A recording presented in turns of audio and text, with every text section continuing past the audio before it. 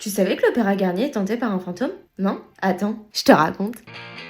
Vu que c'est la période d'Halloween, je me suis dit pourquoi pas parler de cette légende d'un fantôme qui hante l'Opéra Garnier. Parce que depuis plus d'un siècle, un fantôme arpente les couloirs de l'Opéra de Paris. Enfin, ça c'est ce que la légende raconte. Nous sommes le 20 mai 1896, lorsqu'un contrepoids du grand lustre de l'Opéra de Garnier s'écrase sur le public. Une spectatrice est tuée. Et c'est cet incident qui va commencer à nourrir cette rumeur qu'un esprit vengeur se cache dans les coulisses. On parle de bruits étranges, de silhouettes dans les couloirs, et même d'un machiniste défiguré qui aurait vécu caché dans l'opéra. De quoi nourrir toutes les légendes. Et la légende va encore plus se populariser en 1910, lorsque l'écrivain Gaston Leroux s'inspire de ces événements bien réels pour en faire un roman, Le fantôme de l'opéra. Dans son roman, Gaston Leroux attribue comme repère du fantôme le lac artificiel qui se trouve sous l'opéra. Et il faut savoir que ce lac existe bel et bien. Et si tu veux plus d'infos, dis-le moi en commentaire, je ferai peut-être une vidéo sur ce lac étrange. Mais pour ce qui est du fantôme de l'opéra, malheureusement, la rumeur elle s'arrête au livre. Et accidents, souterrains mystérieux et rumeurs d'époque ont suffi à entretenir la légende, devenue mondialement connue, grâce au roman de Gaston Leroux